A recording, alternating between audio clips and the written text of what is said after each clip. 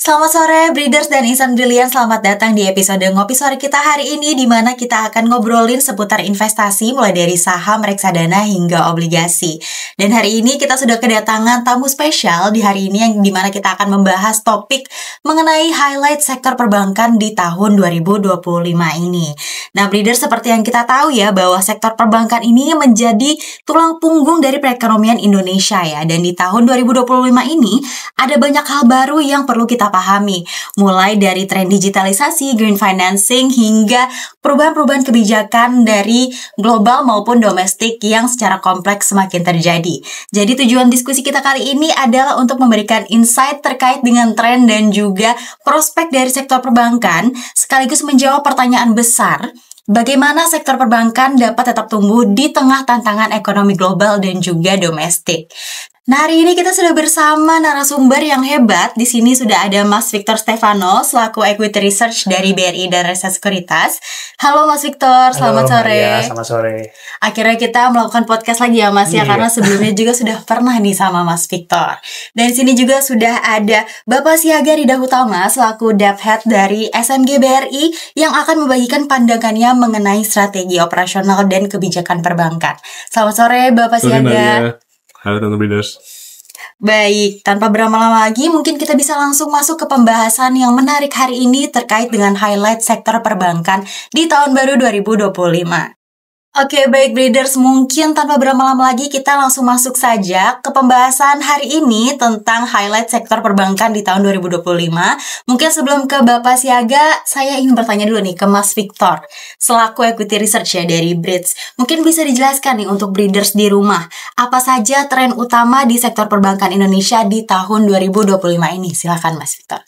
Jadi kalau untuk highlight tren perbankan di Indonesia 2025 ini memang masih banyak ketidakpastian ya, terutama dari sisi global dan juga dari segi domestik. Kebetulan memang BI sendiri baru saja melakukan pemotongan suku bunga minggu kemarin, dan juga kita ngelihat ini akan punya dampak lebih positif ke sektor perbankan gitu ya, dimana dari segi likuiditas ini harusnya stance BI juga udah lebih suportif buat mendorong ekonomi. Tapi di sisi lain ini akan jadi resiko terhadap nilai tukar rupiah, gitu ya, di mana nilai tukar rupiah ini cukup berkorelasi dengan arus dana asing gitu ya, terutama untuk sektor saham dan juga sektor obligasi pemerintah.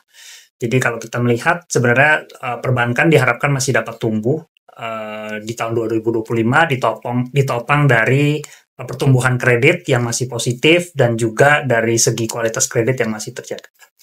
Oke, baik. Jadi itu saja ya tren utama di sektor perbankan. Jadi di tengah ketidakpastian ekonomi baik domestik dan global, pastinya masih ada harapan nih untuk perbankan, sektor perbankan tetap tumbuh ya di tahun baru 2025 ini. Oke, baik. Lalu bagaimana nih Mas Victor dengan pertumbuhan dari kinerja keuangan dan saham perbankan dari tahun sebelumnya? Apakah di tahun ini ada pola yang bisa menjadi pijakan sama seperti di tahun lalu?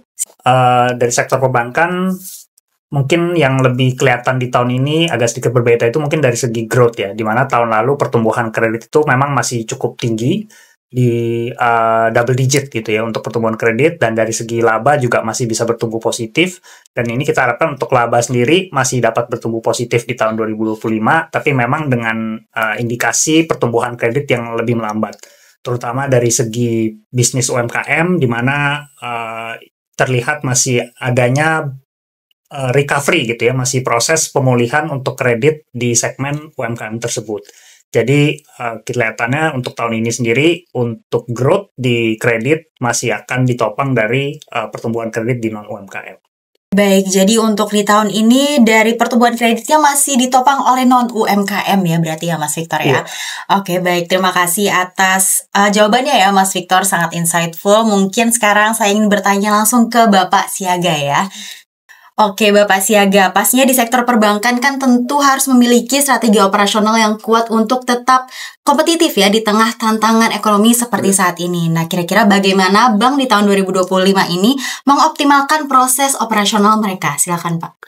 Ya, kembali ya. Jadi sebenarnya intinya kalau perbankan, operasional perbankan itu mungkin tadi Mas Victor udah mention sedikit. ada sedikit volatility ya di macroeconomics, itu mungkin seperti kan kalau bank itu fokusnya mungkin ke liquidity di market. Nah itu tahun lalu tuh udah kelihatan seperti masing-masing bank tuh kayak Mandiri, BCA, BNI, juga BRI itu nge-push growth di segmen corporate. Nah itu otomatis ada sedikit competition di funding, itu ngebuat liquidity di sistem itu agak sedikit tight. Nah itu ngedorong biaya funding, cost of fund, kalau teman-teman tahu. Nah tahun ini itu kiat-kiatnya harusnya alhamdulillahnya kayak minggu lalu itu ada sedikit signal dari BI itu kalau mereka mau sedikit nge-push pertumbuhan. Jadi mereka menurunkan suku bunga acuan 25 basis point. Nah itu harusnya agak sedikit ya bisa membantu liquidity di sistem. Kita juga melihat seperti contohnya SRBI seperti apa, itu juga ada sedikit tren penurunan. Nah kedepannya sih kalau misalnya di likuiditas udah oke di sistem perbankan, itu otomatis bisa ngedorong juga pertumbuhan kredit lebih bagus gitu sih Mbak Alia. Oke, baik. Jadi pastinya kalau dari perbankan sendiri yang menjadi fokus utamanya itu dilihat dari liquidity-nya ya Pak ya. Oke, bagaimana dengan kebijakan pemerintah nih Pak? Apakah ada regulasi baru yang mendorong pertumbuhan dan mendukung perbankan di tahun ini? Silakan Pak. Ya, thank you Mbak Alia. Jadi kalau kebijakan pemerintah untuk inklusi ya, itu udah pasti yang sudah ada dari tahun 2007 kalau nggak salah, itu adalah KUR atau kredit usaha rakyat. Itu kita sudah terima, semua bank itu sudah terima anggaran atau target untuk tahun ini. Di total budget itu kalau nggak salah 300 triliun alokasi untuk di disburse tahun ini. Itu harapannya bisa tetap meningkatkan inklusi keuangan, jadi pemerintah bisa target 95% itu bisa tercapai secepatnya. Kemudian yang kedua juga mungkin teman-teman udah tahu juga ya. Jadi ada hapus tagih yang juga lagi hot topic ya. Jadi tahun lalu itu dirilis, tahun ini sudah mulai jalan harusnya. Itu juga tujuan pemerintah itu sangat baik sebenarnya. Jadi untuk para debitur yang sudah dihapus buku 5 tahun ke belakang dari tahun 2024 kemarin itu diberikan ke relaksasi dari pemerintah untuk tidak ditagih kembali, yaitu dihapus tagihkan. Nah itu memang bank-bank yang ditunjuk, bank-bank yang memiliki kredit yang ada di kriteria tersebut sesuai dengan regulasi pemerintah itu bisa dilaksanakan tahun ini. Dan orang-orang yang debitur yang tadinya mungkin tidak bisa meminjam kembali karena masih dalam blacklist di OJK segala macam, kalau dihapus tagih harapannya mereka bisa kembali ke sistem untuk debitur kita yang baru. Oke, baik. Jadi itu tadi ada beberapa regulasi baru dari pemerintahan baru ya di tahun 2025 yang turut mendukung dari pertumbuhan perbankan itu sendiri. Mungkin kita lanjut ya, Mas Victor, dengan pertanyaan selanjutnya. Di sini untuk sektor perbankan dalam konteks pasar modal, saham bank besar versus saham bank kecil, kira-kira apa yang menjadi favorit investor? Silakan Mas Victor. Thank you Mbak Alia. Pertanyaan menarik ya. Jadi kalau untuk saham yang menjadi favorit klien sekarang ini masih lebih ke arah bank besar sebenarnya. Karena yang tadi udah dijelaskan juga gitu ya dalam pembahasan kali ini itu mengenai likuiditas yang masih tight. Nah ini biasanya memang yang lebih diuntungkan itu dari sisi bank besar, di mana bank besar ini memang punya deposit franchise yang jauh lebih tinggi dibandingkan bank-bank kecil pada umumnya. Sehingga memang ini juga sudah terlihat dari pertumbuhan kredit tahun lalu, di mana bank besar itu secara pertumbuhan kredit bisa melampaui bank-bank dengan kelas di bawahnya gitu ya. Jadi menurut kita di tahun 2025 ini dengan kondisi likuiditas yang masih ketat, walaupun mengarah ke perbaikan, ini masih jadi favorit, itu lebih ke arah saham bank besar. Terima kasih. Baik, terima kasih Mas Victor atas jawabannya. Jadi untuk saat ini ya dengan segala pertimbangannya, bank besar pastinya masih menjadi favorit dari para investor ya di tahun 2025 ini. Oke, baik, kita lanjut ya Pak Aga untuk pertanyaan selanjutnya. Mungkin teman-teman di sini pastinya yang nonton adalah holder dari bank-bank di Indonesia ya. Mungkin salah satunya juga adalah Bank BRI gitu. Mungkin di sini kita juga ikutan ingin tahu nih kira-kira outlook untuk dividen di tahun 2025 ini seperti apa. Dan mungkin apakah ada highlight sendiri dari Bank BRI? Silakan Pak. Mungkin teman-teman semua yang sudah merasakan dividen interim kemarin tanggal 15 Januari itu kita udah naiknya lumayan ya dari dividen interim tahun 2023 ke untuk 2024 itu udah naiknya lumayan. Nah kita bisa bilang dividend payout ratio itu kita maintain tetap tinggi, minimal untuk 3 tahun ke depan lah. Jadi untuk tahun 2024 harapannya kita tetap bisa ngasih minimal di 85%. Jadi itu sebenarnya relatif tinggi sih. Jadi bisa ngasih dividend yield kira-kira di kisaran 8-9%. Jadi kalau teman-teman tahu, sejak kita acquire PNM dan Pegadaian di 2021, kita konsisten dong ngasih dividend payout yang agak relatif tinggi dibanding normal, quote unquote. Normal kita itu di 50-60%. Sejak itu kita selalu ngasih 85, sempat turun 80. Kita harapannya tahun ini dan seterusnya 3 tahun ke depan kita masih bisa ngasih di angka 85% untuk dividend payout ratio. Jadi kita akan komitmen ya untuk ngasih peningkatan di total shareholder return untuk pemegang saham PBRI. Oke, baik. Jadi itu dia ya, sudah terjawab nih untuk pemegang saham, terutama pemegang saham BBRI ya. Jadi jangan khawatir karena tadi sudah disebutkan oleh Pak Aga bahwa dividen payout ratio-nya sampai 85%. Jadi itu sudah termasuk tinggi ya teman-teman. Mungkin sekarang kita akan lanjut nih untuk melihat outlook ke depannya di 2025, mulai dari digabung ya antara pemikiran dari Mas Victor dan juga dari Pak Siaga nih, dari strategi operasionalnya. Kira-kira bagaimana outlook sektor perbankan di tahun 2025 ini, dan kira-kira langkah apa yang perlu diambil untuk memastikan pertumbuhan berkelanjutan. Silakan, mungkin bisa dimulai dari Mas Victor terlebih dahulu. Oke, jadi kalau untuk 2025 memang kita lihat pertumbuhan laba itu masih positif untuk sektor perbankan, didorong tadi dari pertumbuhan kredit, walaupun memang kemungkinan nggak sekencang di tahun lalu pertumbuhan kredit, dan dari segi likuiditas yang mungkin masih ketat tapi udah mengarah ke perbaikan ya, dengan terutama minggu lalu itu dengan pemotongan suku bunga dan penurunan yield di SRBI, ini diharapkan bisa membantu untuk meningkatkan dari segi net interest margin untuk sektor perbankan.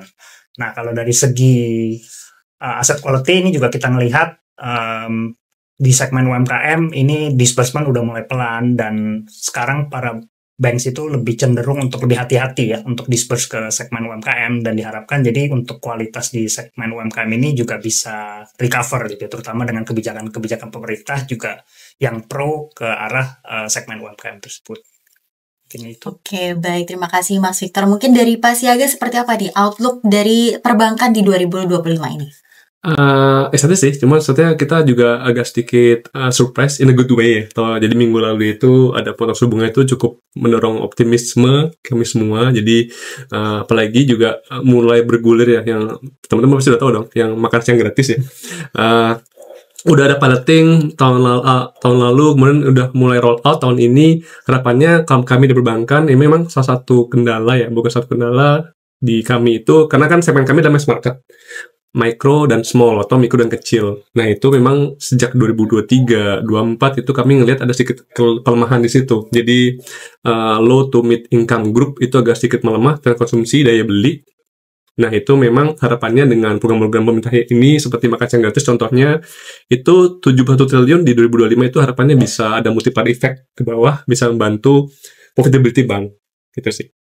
Oke, baik. Terima kasih Mas Victor dan juga Pak Siaga ya atas outlook dari sektor perbankan di tahun 2025 ini. Jadi jangan khawatir teman-teman, walaupun mungkin secara ekonomi, secara global dan juga domestik ya masih ada sedikit volatility ataupun ketidakpastian, tapi ada potensi untuk pertumbuhan berkelanjutan yang pastinya bagus di tahun 2025 ini, terutama di pasar modal.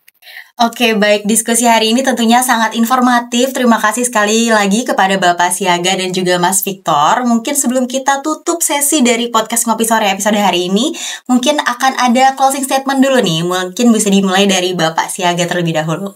Thank you Mbak Alia. Thank you teman-teman breeders ya sudah menyempatkan untuk nonton untuk acara hari ini. Mudah-mudahan sih dari kami outlook perbankan positif dengan kondisi saat ini yang ada di tengah situasi makro yang masih sedikit volatile, kondisi geopolitik yang juga masih kurang jelas segala macam, tapi harapan kami tetap optimis. Jadi kami tetap rely on perbaikan di sisi internal atau domestik, itu juga kami lakukan terus. BRI kami lakukan proses perbaikan di bisnis proses, kemudian kami juga melakukan perbaikan di sisi operasional. Harapannya juga pemerintah juga bisa mensupport untuk segmen mass market atau segmen micro dan small yang bisa mendukung bisnis kami dan juga perbankan pada umumnya. Terima kasih. Jadi thank you Mbak Dia, Mas Yaga, dan teman-teman breeders juga udah menyempatkan waktu ya buat untuk nonton. Ini kita di sini juga berharap teman-teman itu dapat ilmu dan juga pengetahuan dalam melakukan investasi. Jadi nggak cuma ikut-ikutan, kalau harga naik langsung beli, kalau turun langsung jual gitu ya. Tapi didasarkan pada analisa yang memang secara fundamental itu make sense. Jadi untuk teman-teman breeders yang follow up kita gitu ya di channel ini, hopefully acara kali ini bisa membantu kalian mempunyai wawasan yang lebih lagi dalam hal berinvestasi di pasar saham. Mungkin sekian dari saya. Baik, semoga breeders dan insan brilian mendapatkan insight yang menarik ya dalam perbincangan hari ini terkait dengan highlight sektor perbankan di tahun 2025. Jangan lupa untuk follow social media BRI dan Reksa Sekuritas. Tetap semangat karena selalu ada potensi untuk cuan di setiap kondisi market. See you breeders!